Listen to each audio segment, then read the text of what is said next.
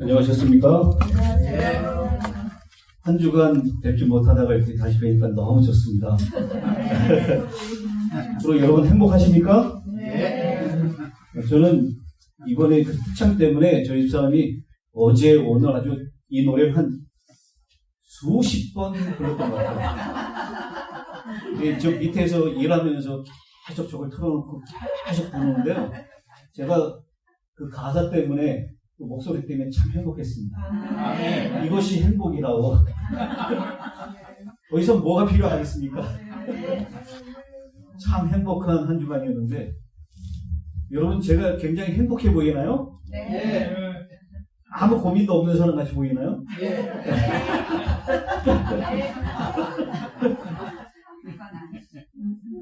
아무 생각 없이 사는 것 같죠, 그냥. 근데 이 계절이 되면 시몬 너는 들리는가? 낙엽 밟는 소리. 그러면 사람들이 어떻게 됩니까? 이 계절에. 네, 좀 약간 좀 센치멘탈하게 돼요. 이 단풍이 아름답게 있지만 그 단풍이 떨어진 낙엽 이것을 보는 것은 우리 아담의 유전자 때문에 그런 것 같아요. 여러분 낙엽 떨어지는 모습 보면 약간 이렇게 쓸쓸해지고 슬픔이 좀 밀려오고 그렇습니까? 예. 예. 그런 이유가 뭐 때문이에요? 아담의 유전자를 물러받았기 때문에 그렇습니다. 제가 이 부자 선지자에서 그 말씀을 찾았어요. 오늘 저는 무기력과 우울에 대한 하나님의 처방이라는 아마 요즘 계절에 그리고 우리 주변에 일어나고 있는 일들을 보면서 자칫 이렇게 될 수 있는데 이런 우리를 위해서 하나님께서 어떻게 처방하셨는지 좀 함께 말씀으로 살펴보려고 합니다. 오늘 본문에 있는 말씀은 열왕기상 19장 1절로 18절에 있는 말씀입니다. 제가 봉독하겠습니다. 아합이 엘리야가 행한 모든 일과 그가 어떻게 모든 선지자를 칼로 죽였는지를 이세벨에게 말하니 이거 무슨 얘기를 하는 것이죠? 아합은 북방 이스라엘의 왕이었어요. 가장 우상 숭배가 극심한 시대의 왕이었습니다. 그리고 그 시대의 선지자는 엘리야고요. 그리고 이세벨은 누굽니까? 아합 왕의 부인으로서 바알과 아세라 목상을 섬기는 이방 나라의 딸이었습니다. 근데 무슨 일을 보였다고요? 엘리야가 행한 모든 일, 어떻게 모든 선지자를 칼로 죽였는지를 이세벨에게 얘기한 것입니다. 이게 무슨 사건이었죠? 열왕기상 18장에 나오나요? 갈멜산에서 일어났었던 그 사건을 이 아합이 이세벨에게 얘기해 준 것입니다. 거기에 여러분 아시다시피 850명, 바알 선지자 450명, 아세라 선지자 400명, 850대 1로 엘리야가 갈멜산에서 큰 싸움을 벌이죠. 어떤 하나님이 진짜 하나님이냐? 너희가 얘기하는 이 풍요의 신, 그 다음에 모든 이 번성하게 하는 신이 바알이 진짜 하나님이냐? 아니면 여호와 하나님이 진짜 하나님이냐? 이거 뭘로 테스트를 하죠? 제단에다가 불을 내리는 하나님이 진짜 하나님이다. 여러분, 이 바알이 불을 내리고 싶어 했을까요? 이 바알의 배후에는 누가 있어요? 사탄이 있죠. 사탄이 거기다 불을 내리고 싶었을까요? 싶었겠죠. 정말 간절했을 겁니다. 그런데 누가 망각해요? 하나님과 그의 천사들이 이 갈멜산 주변을 에워싸고 있어서 사단이 감히 들어오지 못했다라고 부자 선지자는 말씀을 하고 있습니다. 그래서 결국 이 엘리야가 불을 내렸고 바알과 아세라의 선지자 850명이 전부 다 어떻게 됐다고요? 전부 다 칼로 죽임을 당했습니다. 이거를 이세벨에게 얘기했어요. 아합이 무슨 마음으로 얘기했을까요? 이제는 이제 우리 바알 숭배 이건 끝났다. 정말 두려운 일이 일어났다. 선지자들 전부 다 죽었다. 이렇게 얘기했는데 항상 위기 때 보면 남자가 강합니까? 여자가 강합니까? 여자들이 아주 독합니다. 이 남자들은 이 심장이 떨어져서 못하는데 여자들은 굉장히 담대할 때가 있어요. 그럴 때는. 이세벨이 이 말을 듣고 뭐라고 얘기합니까? 사신을 엘리야에게 보냅니다. 내가 내일 이맘때에는 반드시 내 생명을 나의 선지자들을 죽인 그 사람의 생명과 같게 하리라. 그렇지 아니하면 신들이 내게 벌위의 벌을 내림이 마땅하니라. 사실은 이세벨이 이 소식을 듣고요. 이제는 바알 숭배는 끝났다. 회개하고 하나님께 돌아서면 얼마나 좋았겠습니까? 근데 이세벨이 그렇지 않았습니다. 아주 독한 마음을 품고 엘리야에게 사자를 봅니다. 내일 이맘때쯤 너도 그 850명과 같이 한 명과 같이 죽게 될 것이다. 이 얘기를 들었을 때 죽음을 각오하고 갈멜산에 있었던 그 엘리야 선지자가 어떻게 반응합니까? 참 기가 막힌 반응이에요. 여러분 어떻게 했으면 좋겠어요? 엘리야가 이때 엘리야가 다시 그 사신에게 이렇게 전달하라. 그렇게 얘기했으면 좋겠어요. 목사님 저거 그 스피커를 꺼주시면 좋겠습니다.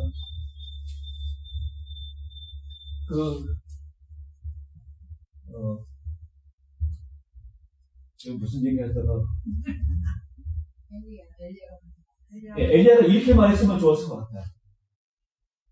나를 지키신 하나님, 갈멜산에서 자신이 진짜 여호와 하나님이라는 것을 나타내서 불을 내셨던 그 하나님께서 너에게서 내 생명을 보호하실 뿐만 아니라 하나님께서 여전히 역사하실 것이다. 아멘. 그렇게 전달했으면 얼마나 좋았겠습니까? 그런데 엘리야가 어떻게 말합니까? 그가 이 형편을 보고 이 형편을 봤습니다. 하나님을 바라본 것이 아닙니다. 그 여자가 하늘을 품으면 온유해도 소리가 난다. 이렇게 얘기하는 그 여자의 깊은 한 복귀를 품고 전달했던 그 말의 형편을 보고 자기의 생명을 위해서 도망하여 유다에 속한 브에사바에 이르러 자기의 사안을 그곳에 머물게 하고 자기 자신은 광야로 들어가 하룻길쯤 가서 한 로뎀나무 아래서 앉아서 자기가 죽기를 원하여 이르되 여호와여 넉넉하오니 지금 내 생명을 거두시옵소서. 나는 내 조상들보다 낫지 못하니이다 하고 로뎀나무 아래에 누워 자더니 천사가 그를 어루만지며 이르되 일어나서 먹으라 하느니라. 본즉 머리맡에 숯불에 구운 떡과 한 병 물이 있더라. 이에 먹고 마시고 다시 누웠더니 여호와의 천사가 또 다시 와서 어루만지며 이르되 일어나 먹으라. 네가 갈 길을 다 가지 못할까 하노라. 여러분 정말 이 의외의 장면이 일어나지 않습니까? 엘리야 선지자가 그 850명 앞에서도 당당했었던 그 믿음의 영웅, 죽기를 각오하고 오직 나 하나님만 남았습니다라고 하는 각오로 신앙을 끝까지 지켰던 이 엘리야가 하루 사이에 완전히 무너지는 것입니다. 그래서 그 여자의 한마디 때문에 엄청나게 도망을 가기 시작해요. 제가 아까 찾았던 이 아담의 유전자에 대한 얘기입니다. 부자 선지자 62페이지에 나왔습니다. 시드는 꽃과 떨어지는 잎 가운데서 최초의 쇠퇴의 징조를 목격하고 아담과 그의 반려자는 오늘날 사람들이 죽은 자를 인하여 슬퍼하는 것보다 더 깊이 슬퍼하였다. 죄가 들어오고 난 다음에 그 전에는 꽃이 떨어지거나 나뭇잎이 떨어지는 일이 에덴 동산에서 있었습니까? 없었습니까? 없었어요. 근데 타락하고 난 다음에 꽃이 시들어서 꽃잎이 떨어지고 나뭇잎이 떨어지는 것을 봤을 때 아담과 하와의 마음 가운데는 지금 오늘날 사람이 죽었을 때 슬퍼하는 것보다 더 깊은 슬픔이 있었다는 것입니다. 그러면서 연약하고 우아한 꽃들의 죽음은 참으로 슬픔의 한 원인이었다. 그러나 미끈한 나무들이 잎들을 떨어뜨릴 때 그 광경은 죽음이 모든 생물의 운명이라는 엄숙한 사실을 마음에 생생하게 심어주었다. 그래서 오늘날도 이 아담의 유전자 때문에 우리가 꽃잎이 지고 나뭇잎이 떨어진 걸 보면 슬픔을 느낍니다. 센치해지고 이 아담의 유전자 덕분이라고 생각합니다. 그런데 이 갈멜산에서 열왕기상 18장에 이 엄청난 장면을 연출했었던 엘리야 선지자. 그 엘리야 선지자가 그 다음날 이세벨의 위협 때문에 이제는 완전히 지쳐서 도망가서 골아 떨어지는 선지자의 모습을 열왕기상 19장이 보여주고 있다는 것입니다. 지도를 보니까 이렇게 나와 있어요. 갈멜산에서 승리를 얻었습니다. 여기 보이죠? 화면에 안 나오네. 갈멜산에서 승리를 거두고 난 다음에 이스라엘로 내려왔어요. 그 이스라엘에서 이세벨에게부터 그런 협박을 당했습니다. 내일 너는 우리 그 850명 선지자처럼 똑같이 죽을 것이다. 그 선고를 받고 난 다음에 어디까지 도망갔다고? 저기 부엘세바까지 도망갔다. 이 부엘세바까지의 거리가 한 130km 정도. 엄청나게 도망갑니다. 그리고 부엘세바까지 도망가고 난 다음에도 안심이 안 되니까 자기와 함께 했던 사환은 내버려두고 하룻길 광야로 더 내려갔어요. 그래서 로뎀나무 밑에서 하나님 이제 충분합니다. 저를 차라리 죽여주십시오. 무기력과 우울증에 아주 심하게 빠져있는 이 엘리야의 모습을 우리가 보게 됩니다. 여러분, 이 엘리야도 이렇게 우울증에 빠졌다면 우리도 그럴 수 있습니까? 예, 우리도 사경회나 연말 기도주의나 전도회나 이런 걸 통해서 은혜를 많이 받고 야영회를 일주일 가자고 은혜를 많이 받고 난 다음에 내가 이제 하나님 말씀 뜻대로 살겠다라고 했는데 한순간 우리의 마음이 높은 산꼭대기에 있다가 뚝 떨어지는 그런 경험들을 할 수도 있다라고 하는 것입니다. 지금 오늘 이 계절의 요인 그리고 우리 주변에서 일어나고 있는 이 모습들을 바라보면서 우리가 얼마든지 영적인 무기력함과 우울증에 충분히 빠질 수 있다라고 하는 것입니다. 우리가 인정해야 할 것입니다. 이런 우리를 향해서 하나님께서 엘리야에게 주셨던 초강을 우리에게 오늘 주시는데 그 말씀들을 살펴보면서 은혜를 나누려고 합니다. 첫 번째, 하나님께서는 무조건 쉼을 허락하셨다라는 것입니다. 제 말씀이 잘 들리나요? 네. 제가 이렇게 말하는 게 힘들죠? 이 마이크가 잘 안 나오는 것 같아요.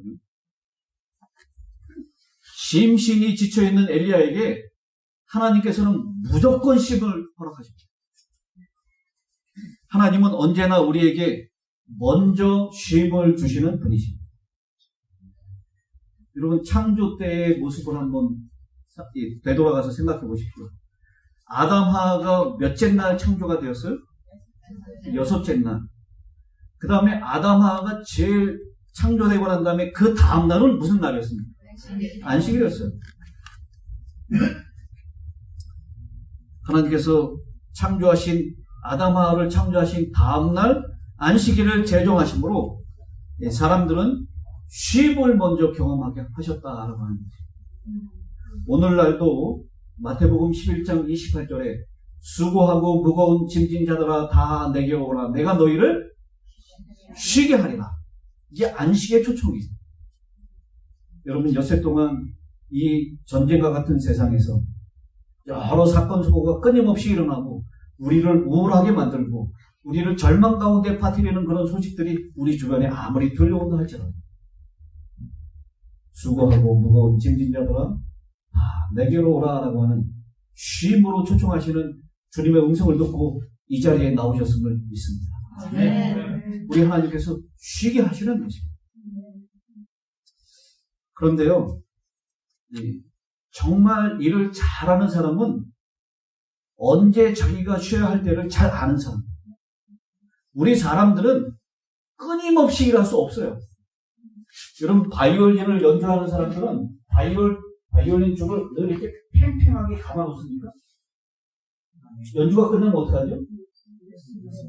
이 연주가 끝나면 바이올린 쪽을 이렇게 다 풀어. 그래야지만 이 줄이 쉬었다가 다시 연주할 때 조이면 제 기능을 발휘할 수가 있는 것입니다.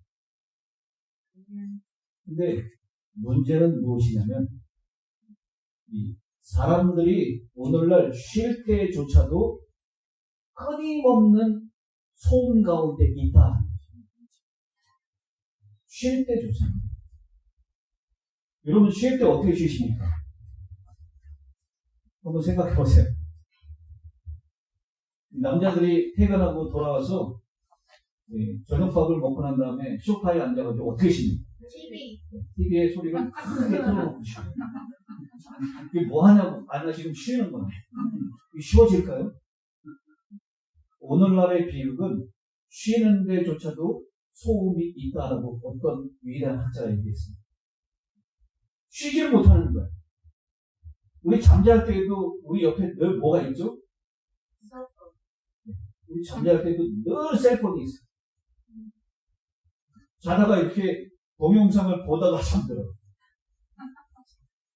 쉬러 가서도 취한 뒤에서도 뭐가 우리 손에서 떠나잖아. 셀폰이 떠나잖아. 아주 이제 마귀가 아주 잘 만들어 놓은 것 같아요. 사람이 쉬지 못해. 쉬어도 쉬는 게 아니에요. 이 엘리야를 하나님께서 그 부에사가에서 광야로 간 다음에 완전히 이 엘리야가 지쳐서 떨어졌을 때 하나님께서 천사를 보내서 엘리야를 어떻게 하십니까?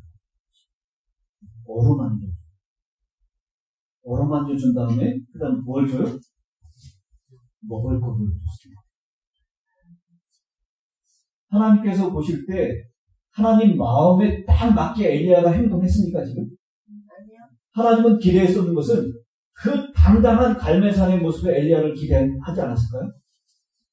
그 이세벨에게 보내서 하나님이 나를 보호하시기 때문에 네가 나를 아무리 죽이려고 해도 죽이지 못할 것이다. 너희는 이제 끝장났다. 이렇게 좀 당당한 엘리야를 봤으면 좋겠는데 아주 그 한마디 때문에 130km를 정신없이 밤새 잠도 않고 달려가서 도망가는 엘리야. 얼마나 미혹했어요. 그런데 하나님께서는 이 말씀을 하십니다. 하나님은 효용 가치가 아닌 존재 가치를 보시고 천사를 보내서 먹을 것을 주십니다. 네. 여러분, 하나님이 효용 가치를 따져서 우리에게 선물을 주시고 은혜를 주신다면 여기 은혜 받을 사람이 몇 명이나 있겠습니까? 쓸모없는 죄인이라도 아무짝에 사용할 수 없는 이 형편없는 사람이라 할지라도 하나님께서는 우리를 효용 가치가 아니라 존재 가치를 보시고 우리에게 은혜를 베푸시는 분이라는 거예요. 이 말씀이 얼마나 저에게 은혜가 되는지. 이 쓸데없는 자, 아무짝에도 쓸데없자 할지라도 여러분, 만약 제 와이프가 쓸데없다라고 말도 되게 안 듣고 진짜 쓸데없다라고 생각하면 밥을 안 줘요. 그럼 제가 살아남을 수 있겠습니까? 밥을 안 줘요. 그러니까 저희 사모님이 눈을 뚱그러졌어요. 밥을 안 준다는 얘기가 아니라 밥을 안 준다면 제가 지금 살아날 수 있겠습니까? 효용 가치 때문이 아니라 남편이기 때문에 존재의 가치 때문에 어김없이 밥을 주는 겁니다. 하나님의 은혜죠. 엘리야를 향해서 하나님께서는 무조건 쉬게 하시고 무조건 먹이십니다. 그래서 어떤 사람이 쓴 글을 보니까요. 믿음이란 지치고 힘들어하는 사람, 내가 볼 때 아무짝에도 없는 사람, 그 사람들을 향해서 어루만져주고 그들을 먹이는 것, 그것이 믿음이다 이렇게 정의한 것을 봤습니다. 하나님은 엘리야에게 그렇게 대우하셨습니다. 엘리야가 밤낮을 잠도 못 자고 먹지도 못하고 달려왔기 때문에 지쳐서 쓰러졌어요. 자기에 내버려 두시고 천사를 통해서 아마 마사지를 해주신 것 같아요. 어루만져 주시고 그 다음에 깨워서 먹을 것을 주시고 먹고 난 다음에 엘리야가 또 뭐해요? 또 자요. 또 자도록 내버려 두셨다가 다시 또 깨우셔가지고 또 먹을 걸 또 주십니다. 하나님은 이 무기력과 우울증에 빠져있는 우리들을 무조건 쉬게 하시고 먹게 하시는 은혜로우신 하나님이십니다. 여기 제가 빨간 글씨로 써놨는데요. 기도를 들어주시지 않으신 것에 감사합니다. 이렇게 얘기할 수 있습니까? 네. 엘리야가 뭐라고 기도했어요? 죽기를 원해. 네. 차라리 죽여주십시오. 이 기도 들어주셨다면 엘리야는 이미 끝났을 겁니다. 여러분, 우리가 어떻게 보면 기도 응답을 그때 안 해주시는 것을 하나님께 감사할 때가 얼마나 많이 있습니다. 내가 그때 생각할 때는 그게 정말 내가 소원하는 것이고 하나님께서 원하는 것이라고 생각했던 그 기도, 하나님께서 응답 안 하셨을 때 얼마나 속상했어요. 근데 시간이 지나고 한참 지나고 난 다음에 형편을 살펴보니까 그때 그 기도 들어주셨다면 얼마나 큰일 났어요. 기도를 들어주시지 않는 것도 하나님의 은혜도 감사할 겁니다. 두 번째, 무기력과 우울증에서 벗어나는 길은 하나님 앞에 서는 것입니다. 19장, 열왕기상 19장 11절부터 13절에 이렇게 얘기합니다. 여호와께서 이르시되 너는 나가서 여호와 앞에서 산에 서라 하시더니 여호와께서 지나가시는데 여호와 앞에 크고 강한 바람이 산을 가르고 바위를 부수나 바람 가운데 여호와께서 계시지 아니하며 바람 후에 지진이 있으나 지진 가운데에도 여호와께서 계시지 아니하며 또 지진 후에 불이 있으나 불 가운데에도 여호와께서 계시지 아니하더니 불 후에 세미한 소리가 있는지라. 13절입니다. 엘리야가 듣고 겉옷으로 얼굴을 가리고 나가 불 어귀에 서매 소리가 그에게 임하여 이르시되 엘리야야 네가 어찌 여기 있느냐. 이 엘리야는 지금 정말 힘들게 도망을 나왔습니다. 그리고 그 도망가는 길은 하나님께서 원하시는 길이 아님이 틀림없습니다. 그런데 하나님께서는 엘리야를 무조건 쉬게 하시고 먹게 하시고 기력을 찾으시고 난 다음에 그 다음에 엘리야가 하여금 어디 앞에 서도록 초청하십니다. 하나님 앞에 서도록 초청하십니다. 여기 마틴 루터가 이런 얘기를 했죠. 성령께서는 성경이라는 수레를 타고 임하신다. 우리가 하나님의 말씀 앞에 섰을 때 성령 하나님의 임재를 강하게 느낄 수가 있는 것입니다. 엘리야가 지금 오직 자기밖에 없고 자기 생명과 지금의 형편을 보고 하나님도 잊어버리고 다 두려움 때문에 도망가고 있었을 때, 무기력함과 영적인 우울증에 깊이 빠져 있을 때 하나님께서는 다시 엘리야를 일으켜셔서 하나님의 말씀 앞에 서도록 초청하십니다. 그 말씀 앞에 섰을 때 그는 그 무기력과 우울증을 극복할 수 있게 된 것입니다. 여러분, 가을은 우리가 우울해지는 계절일 뿐만 아니라 또한 무슨 계절이라고 얘기합니까? 가을은 독서의 계절이라고 얘기합니다. 책을 많이 읽을 수 있는 계절 아닙니까? 아침 저녁으로 선선하지만 책 읽기 참 좋은 계절이에요. 여름에는 더워서 못 읽으면 지금 너무 좋습니다. 우리 하나님의 말씀 성경을 펼쳐서 성경의 수레를 타고 오시는 성령 하나님을 만나는, 그래서 이 우울증과 무기력함으로부터 해방받는 저와 여러분 되시기를 간절히 바랍니다.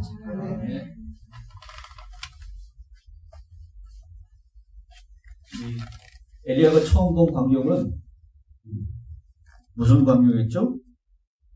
강한 바람이 산을 가르고 바위를 부수는 그 강한 바람을 봤습니다. 근데 이때 하나님께서 말씀하지 않으세요. 그 다음에 본 것이 무엇입니까? 지진이에요, 지진. 막 흔들리는 거죠. 그 다음에 또 무엇이요? 그 다음에 불이에요. 엘리야의 성격과 아주 잘 맞는 것들입니다. 아주 강한 바람, 온 땅을 요동치는 진동, 그 다음에 불이 내려오는 것. 엘리야의 성격하고 딱 맞습니까? 네. 엘리야는 참 그런 사람의 성격을 가지고 있습니다. 아주 급하고 그리고 과격하고, 이 디셉 사람 엘리야로 소개된 이 엘리야는 평범한 사람이 아니었어요. 정말 아주 그 한마디를 통해서 온 이스라엘 백성들의 배도를 완전히 뒤바꿔버리는, 갈매산에서 업사이드 다운, 완전히 상황을 역전시키는 그런 선지자였습니다. 그런데 그런 엘리야의 조급하고 성급하고 과격한 성격 가운데 하나님께서는 말씀하지 않으세요. 바람과 지진과 불 이후에 조용해졌을 때, 잠잠해졌을 때 하나님께서 말씀하십니다. 엘리야가 그 하나님의 임재의 광경 때문에 눈을 이 겉옷으로 가리고 있는 장면입니다. 여러분, 제가 우리 성경 주석을 읽으면서 깨달은 것인데요. 엘리야가 아까 부엘사바에서 어디까지 또 다시 내려갑니까? 네, 호렙산까지 내려갑니다. 그 호렙산은 어떤 산이에요? 모세가 시케몬을 받은 장면입니다. 여호와로라 여호와로라, 나는 자비롭고 은혜롭고 노하기를 도대하는 하나님이로라. 이렇게 자기 하나님을 계시하셨던 장면이 바로 모세가 시내산에 있을 때였습니다. 근데 모세가 이 시내산에 올라가서 바위 틈에 있었다라고 얘기하죠. 이 출애굽기에 있는 것을 보면 바위 틈에 있었다라고 표현하고 있는데, 이 엘리야는 지금 어디에 있다라고 우리 본문에서 얘기합니다. 엘리야가 어디 들어가 있어요? 동굴 속에 들어갔다라고. 근데 우리 보좌 선지자 교회 주석에는 모세가 들어갔었던 그 바위 틈이 엘리야가 들어갔던 동굴이었을 것이다. 거기에서 하나님의 세미한 음성을 듣게 된 거죠. 하나님이 어떤 분이라는 것을 알게 된 것입니다. 그래서 제가 설교 마지막 부분에 그렇게 하나님이 등장하셨던 이유에 대해서 말씀을 드리려고 합니다. 세 번째, 엘리야에게 어떠한 경우에도 낙담하지 말아라 라고 말씀을 하십니다. 선지자왕 174페이지에 이렇게 말씀합니다. 낙담은 가장 영웅적인 신앙도 흔들 수 있고 가장 확고한 의지도 약하게 할 수 있다. 그러나 하나님께서는 이해하시고 여전히 동정하시고 사랑하신다. 하나님께서는 동기와 마음의 의도를 환히 아신다. 모든 것이 어둡게 보일 때 끈기 있게 기다리고 의지하는 것이 하나님의 사업에 임한 지도자들이 배워야 할 필요가 있는 교훈이다. 하늘은 역정의 날에 그들을 버리지 않을 것이다. 자신의 무가치함을 느끼고 표면상으로는 무력한 것 같으나 전적으로 하나님을 의지하는 영혼만큼 참으로 강인한 것은 없다. 엘리야의 생각에는 다 바알에게 무릎 꿇고 자기만 남았다라고 생각했습니다. 오늘 이 본문에서도 자기만 남았다라고 하는 것을 두 번이나 반복해서 말씀을 하고 있습니다. 우리 19장 10절에 있는 말씀이죠. 그가 대답하되 내가 만군의 하나님 여호와께 열심히 유별하오니 이는 이스라엘 자손이 주의 언약을 버리고 주의 제단을 헐며 칼로 주의 선지자들을 죽였음이오며 오직 나만 남았거늘 그들이 내 생명을 찾아 빼앗으려 하나이다. 오직 나만 남았구나 하는 표현을 14절에도 반복하고 있습니다. 오직 나만 남았거늘 그들이 내 생명을 찾아 빼앗으려 하나이다. 엘리야는 자기 혼자만 남았다라고 착각하고 있습니다. 그런데 하나님께서 뭐라고 말씀하시죠? 18절에 있는 말씀이죠. 그러나 내가 이스라엘 가운데 7,000명을 남기리니 다 바알에게 무릎을 꿇지 아니하고 다 바알에게 입맞추지 아니한 자니라. 엘리야는 자기만 남았다라고 생각했는데 하나님의 계산법에 의하면 7,000명이나 남아 있었습니다. 내 생각보다 7,000배나 많았던 것입니다. 그렇습니다. 무엇이든지 내 생각보다 7,000배나 크신 분이 하나님이신 것을 믿으면 우리는 다시 일어설 수 있습니다. 네. 오직 나밖에 없고 이제는 더 이상 길이 없다라고 생각할 때 하나님께서는 우리를 위하여 나는 이제 더 이상 길이 없다라고 생각할 때 하나님께서는 우리를 위하여 1,000가지 다른 길을 예비해 놓으신다. 네. 그래서 어떠한 상황 가운데도 낙담하지 말아야 할 것을 주님께서 말씀하고 계신 것입니다. 여러분 앞이 캄캄하십니까? 답이 없다고 생각되십니까? 이제는 더 이상 길이 없어서 막바지에 몰려서 이제는 죽는 것밖에 없다고 생각하는 그런 마지막까지 몰리고 계십니다. 여러분 세계에서 자살률이 제일 높은 나라가 어느 나라인지 아십니까? 대한민국. 청소년 자살률이 제일 높은 나라가 어디인지 아십니까? 대한민국. 참 이상한 일이죠. 오늘날 예수 믿는다고 하는 사람들도 결국은 마지막 길을 스스로 선택하는 사람들이 얼마나 많은지 끝까지 왔다. 마지막 낭떠러지에서 이제 떨어질 일밖에 없다고 생각하는 그 순간 여러분 기억하십시오. 나밖에 없다라고 생각했던 그 순간 하나님은 7,000인을 만들어 놓으셨습니다. 이 길밖에 없다라고 생각하는 그 순간 하나님은 더 많은 7,000가지의 다른 길을 우리를 위하여 예배해 놓으셨다는 것입니다. 그래서 낙심하지 말아야 할 것을 주님께서 말씀하시는 것입니다. 이사야 30장 15절에 있는 말씀입니다. 주 여호와 이스라엘의 거룩한 이가 이같이 말씀하시되 너희가 돌이켜 조용히 있어야 구원을 얻을 것이요 잠잠하고 신뢰하여야 힘을 얻을 것이거나 너희가 원하지 아니했다. 이 엘리야의 성격이 아까 어떻다 그랬죠? 매우 흥분되고 충동적인 선지자였어요. 그런데 이 선지자가 이제는 조용하게, 겸손하게, 유순하게 여호와의 목소리에 귀 기울일 준비가 된 사람으로 변화가 된 것입니다.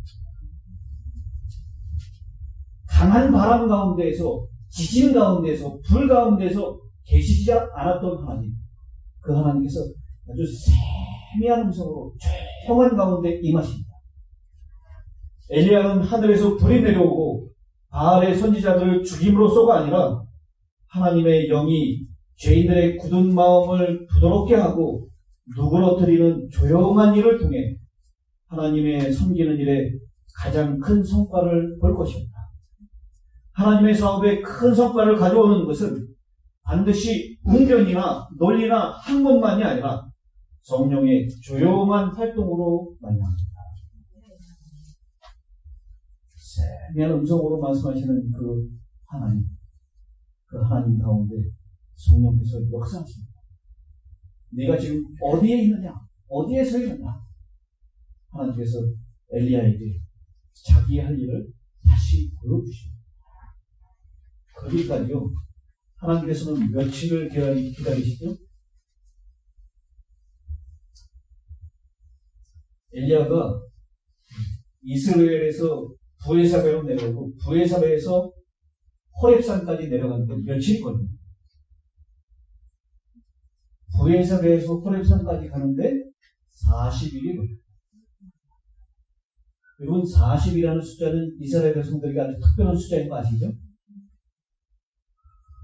사람을 때려도 40대까지는 치지 않았어. 왜요?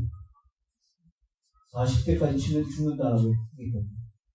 그래서 사도 바울도 40에 하나 감한 매를 몇 번 맞았다라고 얘기합니다. 이 40이라는 숫자는 죽음의 숫자입니다. 고난의 숫자예요. 그래서 이 40일이 걸렸다라고 하는 얘기는 사실 엘리야가 40일이 걸릴 길이 아니었거든. 그게요. 한 열흘이면 충분히 갈 수 있는 길입니다. 350km 정도밖에 안 돼요. 근데 그것을 40일을 걸쳐서 갔다라고 하는 얘기는 엘리야가 완전히 죽었다는 것을 보입니다. 그 흥분하고 충동적이고 아주 드세고 카리스마적인 엘리야가 완전히 죽은 것입니다. 다시 태어난 것. 성령의 조용하게 역사하시는 세미한 음성 가운데 역사하시는 그 하나님을 만나고 엘리야는 완전히 다른 사람으로 거듭나게 된 것입니다. 기도하도록 하겠습니다. 주여, 어느덧 가을이 깊어가고 있습니다. 지난 여름은 위대하였습니다. 당신의 시계 위에 당신의 그림자를 눕히고 광야로 바람을 보내주시옵소서. 1년의 마지막 과실이 열리도록 따뜻한 남북의 햇볕을 이틀만 더 베풀어 주시옵소서. 이제는 완연한 가을의 문턱에 들어섰습니다.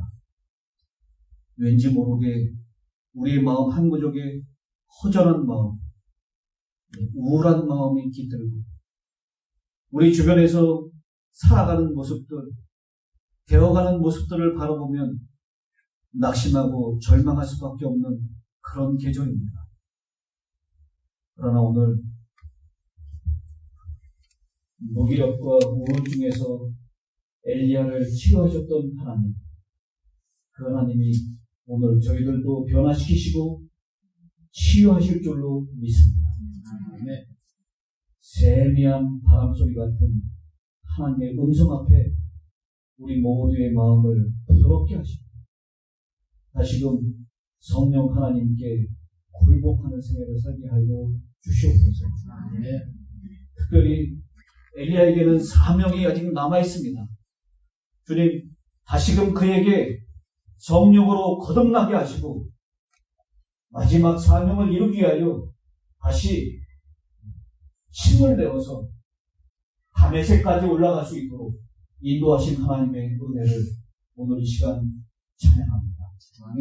그 하나님의 은혜가 우리로 하여금 다시 일어나서 하나님의 사명을 이루어드리게 하기 위하여 다시 일어나 전진할 수 있도록 은혜를 허락하여 주시옵소서. 일탑에 속해 있는 모든 성도들, 그 기업과 가정 위에 하나님의 넉넉하신 은혜가 이 계절에 풍성하셔서 우리가 영적인 무기력과 우울에서 벗어나 하나님을 기쁜 마음으로 섬기며 사명을 이루어 나가는 그런 복된 계절이 되게 하여 주시옵기를 우리를 사랑하시는 예수님의 이름으로 간절히 기도드리옵나이다. 아멘.